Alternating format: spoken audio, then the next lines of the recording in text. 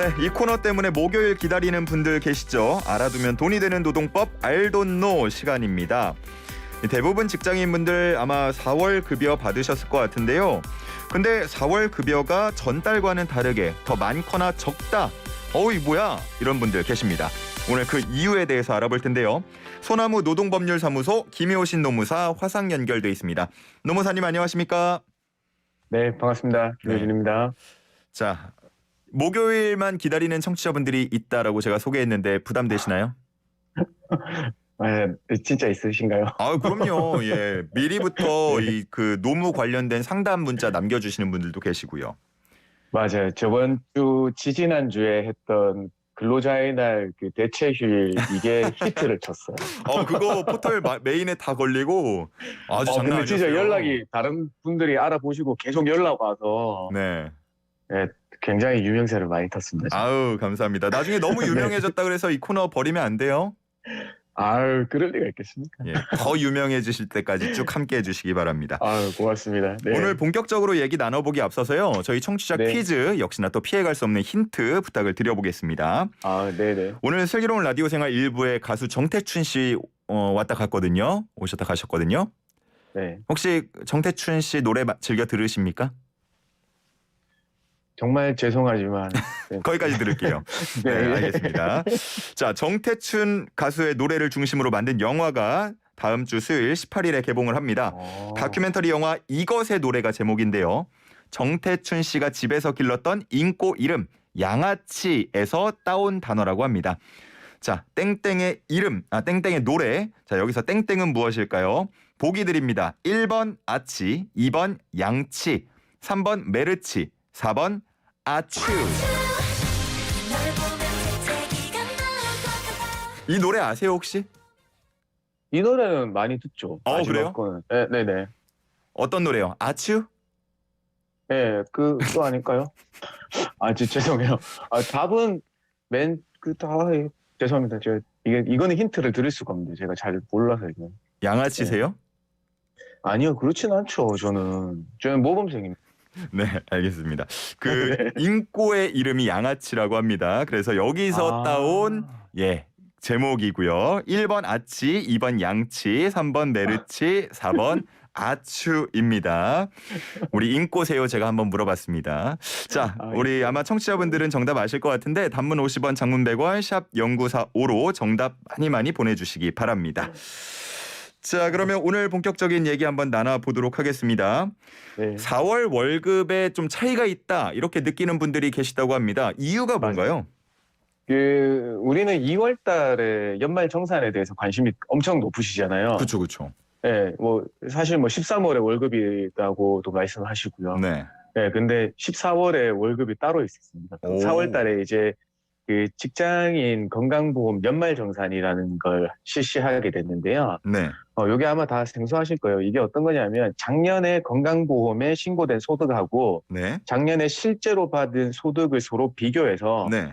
보험료를 더 많이 냈으면 환급해주고 네. 적게 냈으면 더 부과하게 하는 추징이 일어난다고 생각하시면 되는 거거든요. 그래서 요거는 매년 3월 10일까지 회사가 재직하고 있는 직원들의 2021년 전년도 총 보수를 신고하게 되고요. 이 신고된 보수를 바탕으로 건강보험료 재산출해서 4월 건강보험료에 반영하게 돼서 4월 급여의 영향을 받게 되는 겁니다.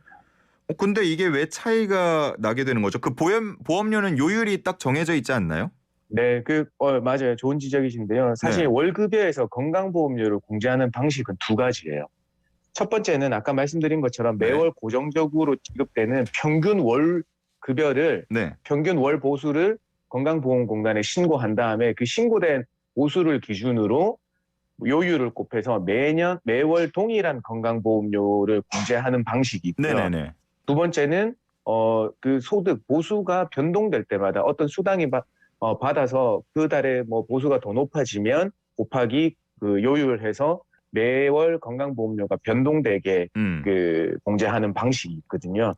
그래서 이게 정산을 실시하는 경우는 신고된 보수대로 공제를 실시해온 경우에 해당되겠습니다. 또 그런 차이가 있군요. 네. 그러면은 정산이 이게 제대로 됐는지 안 됐는지는 어떻게 확인할 수 있나요?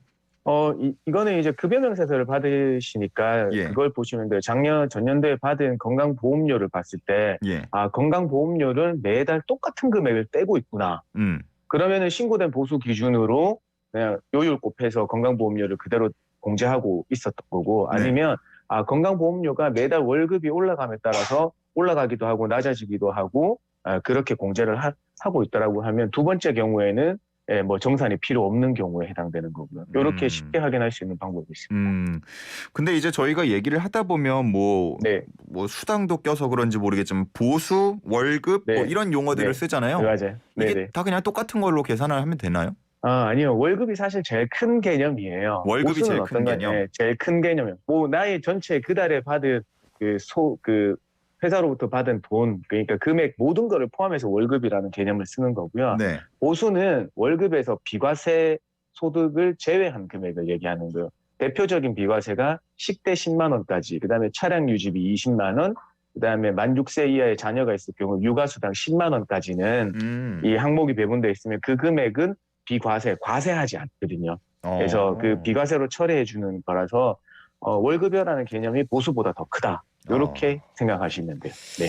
이게 어느 정도 시스템이 잘 갖춰진 회사에 다니는 분들은 뭐 인터넷 통해서 회사 홈페이지 들어가면 건건이 다 확인이 가능할 것 같은데 또 그렇지 않은 곳들이 있다 보니까 맞아요. 아마 이 부분이 많이 관심이 있으실 것 같고 그러면은 내 건강보험료에 대해서 온라인상으로 확인할 수 있는 방법이 또 있을까요? 네, 뭐 요즘에는 이제 개인적인 그 공동 인증서나 이런 인증하실 수 있는 수단이 있으면 건강보험 홈페이지에 들어가셔가지고요. 보험료 조회 납부 클릭하시면 나의 건강보험료가 얼마를 받았고 연말 정산액이 얼마가 나왔는지 다 확인 가능하시거든요. 네, 그 온라인 이용해서 거기서 확인하시든가 아니면 콜센터 전화해서 확인하실 수도 있어요. 그냥 단순히 내가 한 달에 얼마 납부했다 이것만 나오는 게 아니고 좀 더 구체적인 것까지 확인이 되는 거예요? 그렇죠. 왜냐하면 내가 매월 납부한 건강보험료 금액들이 다 나오게 되거든요. 네, 그러면 뭐 이거는 온라인상으로는 내가 봐서 잘 모르시겠다고 하면 콜센터 전화해서 하셔가지고 내가 신고 금액이 얼마 돼 있고 얼마를 납부해야 되고 연말정산 금액이 나온 거요. 이런 걸 확인하실 수 있거든요. 다 데이터가 남아있습니다. 네, 그렇군요. 네. 그 급여 명세서 교부는 의무화가 돼 있죠? 맞나요? 네, 의무화되어 있습니다. 맞습니다. 그러면 거기에 이제 건강보험료 연말정산 어떻게 산출됐는지 뭐 그런 기재 방법 같은 거 기재돼 있어야 되는 거 아닌가요? 네네. 사실 이제 급여 명세서는 작년 11월 19일부터 교부가 의무화되어 있죠. 근데 이제 그 공제 내역 소득세나 주민세, 국민연금, 건강보험료는 법에 의해서 공제가 실시되는 항목은 별도의 계산 방법을 적지 않아도 되도록 돼 있어요. 네, 그렇기 때문에 회사에서는 그 공제 항목에 대해서 법에 규정된 대로 공제하는 거에 대해서는 계산 방법을 별도로 기재하지 않거든요. 그래서 우리가 이제 우리 스스로 개인적인 분들이 이제 알고 계셔야 될 텐데요. 사실 이제 건강보험료 근로자 부담분이 얼마를 공제해야 되는지 말씀을 드리면 월급에서 아까 말씀드린 식대 10만 원이나 차량 유지비 20만 원이 있다고 하면 이 금액은 뺀 나머지 보수를 가지고 곱하기 원래는 3.495% 한 금액이 건강보험료입니다. 이렇게 계산해 보셔가지고 제대로 공제되었는지 확인하시면 돼요. 저 이렇게 얘기를 듣다 보니까 그게 궁금해요. 보통은 처음에 월급 받다 보면 이 항목별로 내가 다 관심을 갖다가 몇 달 다니다 보면은 회사에서 어련히 잘 주겠지라는 생각에 확인을 안 하는 경우가 많거든요. 그래서 이런 계산식도 잘 모르는 경우가 많은 건데 회사에서 약간 의도적으로 이런 거를 속여가지고 문제가 돼서 노무사님을 찾아온 적도 있나요? 이게 뭐 요율대로 공제하는 거니까 그런 의도를 가지고 속이지는 않으세요. 그런데 이제 어떤 경우가 있는가 하면 작은 기업에는 잘 모르시니까 우리가 퇴사할 때 그 월급여 이제 월 중도에 퇴사하면 일할 계산인데 월급여 말고 조금 더 정산돼야 될 금액들이 남아 있어요. 어떤 거냐 하면 그 중도정산 소득세라든지 아니면 이 건강보험에도 연말 정산이 있듯이 퇴직정산이라는 게 있거든요. 그래서 요게 거의 대부분 보면 환급 얘기 많이 나와요. 환급 받으실 수 있는 금액이 있어서 이거를 회사에서 잘 계산해서 나머지 금액 급여 외에도 주셔야 되는데 그런 거 안 주시고 이게 어떤 경로를 통해서 우리 직원분들이 퇴사하신 직원분이 알고 돼서 이런 거에 대한 분쟁은 좀 있습니다. 그래서 아. 건강보험료를 제대로 공제했냐 안 했냐에 대해서는 그다지 분쟁이 없어요. 그거는 뭐 그냥 시스템에 전산 시스템에 넣으면 그냥 그대로 나오는 거고.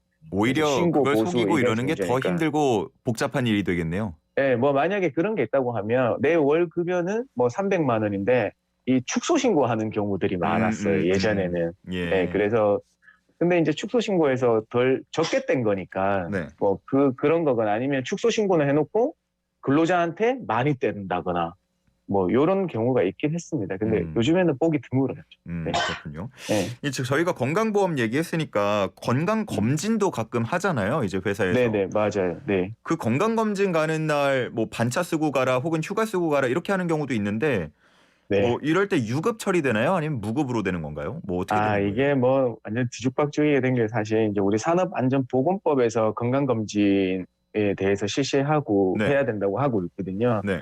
그래서 근데 이 법에서는 그렇게 규정만 해놓고 그 건강검진에 소요되는 시간을 유급으로 할지 무급으로 해야 되는지 유급으로 해야 된다 이 규정이 없어요. 그와 그래서 관련한 조항 같은 게 없어요? 그렇죠. 법대로만 한다고 하면 무급으로 처리하더라도 뭐 뭔가 주장할 수 있는 게 없거든요. 그래서 다만 이제 건강검진에 받게 해야 될 의무를 사업자한테도 부과해놨기 때문에 이제 권고하는 거죠. 유급으로 처리해야 된다고 노동부에서는 그냥 권고 수준에 머무르고 있다. 이 정도 이제 생각을 하시면 되겠습니다. 그런데 아까 말씀드린 이제 연차를 사용해서 건강검진을 갔다 오라고 하는 그 회사는 네. 그거는 좀 잘못된 거예요. 그거는 좀 잘못됐고. 네네. 왜냐하면 근로자 역시 건강검진을 받아야 될 의무를 부과받고 있는 동시에 회사도 직원들이 건강검진을 받게 해야 될 의무를 부과하고 있거든요. 그러면 서로 상충되게 하는 거지 내 연차를 써가면서까지 받게 하는 거는 타당하지 않습니다. 그러면은 만약에 사업주 입장에서 직원들 건강검진 못 받게, 그러니까 받는 거를 안 하면 과태료 무나요? 그렇죠. 그거는 100% 과태료입니다. 그거는 또 물어요? 네, 왜냐하면 이제 건강검진을 실시 안 했을 경우에 과태료가 이제 상향돼서 1회에 10만 원, 두 번째면 20만 원, 3회 30만 원 과태료가 개인당, 직원 안 받은 개인당 부과가 받게 돼 있거든요. 근데 이거는 사업주가 직원들 안 받은 직원들한테 1년에 2회 이상 그 사항을 알려주면서 독려를 했다고 하면 이 과태료의 부담은 해당 직원분한테 돌아가는 거거든요.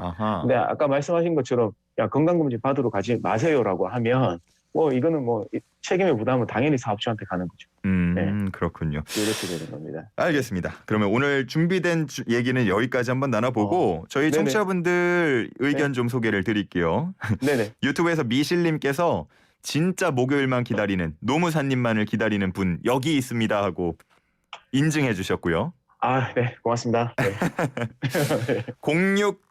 그리고 앞서서 또 0197님 저는 학원 집 차량 기사입니다. 고용보험 가입이 안 된다고 하는데 이거 맞는 건가요? 네, 물어보시네. 저번에 이제 유사한 질문들이 많이 들어와서 제가 그때 답변을 못 드렸었는데요. 네. 제가 확인을 한번 해봤어요. 주신 대로 그 학원 차량 집 기사는 우리 고용보험에 가입될 수 있는 아직 그 직종에 포함되어 있지 않더라고요. 그래요? 네, 맞습니다. 그래서 제가 이제 생각했을 때는 집 차주 분이시니까 아마 사업자 등록증까지는 안 가지고 계실 것 같고 자영업자 기준으로 해서 사업소득세 떼고 이렇게 하신다고 하시면 그 자영업자 고용보험이 있어요. 네네네. 그래서 그걸로 한번 알아보셔서 고용보험 가입하셔서 나중에 이제 그 실업에 대비하시는 것도 하나의 방법일 것 같습니다. 0197님 참고하시면 좋을 것 같고요. 네네. 그리고 0859님께서는 오랜만에 청취하러 왔는데 이거 연말정산액 받아야 하는 거 깜빡하고 있었네. 역시 유용한 슬라생 이렇게 말씀해 주십니다. 고맙습니다. 감사하고요. 마지막 끝으로 짧게 요 질문 드려볼게요. 5883님 부당해고 신청 중인데요. 실업급여 신청할 수 있습니까? 네, 하셨습니다. 해고에 대한 분쟁이 있으니까요.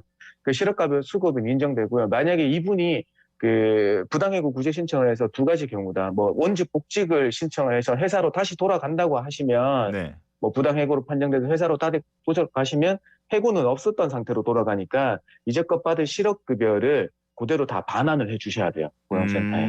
네, 그럼 지금은 받을 수 있다. 만약에 다시 회사로 복귀를 하신다고 하면 나중에 받았던 실업급여 전액을 반환하셔야 된다. 이렇게 알고 계십니다. 역시 세상에는 공짜는 없다.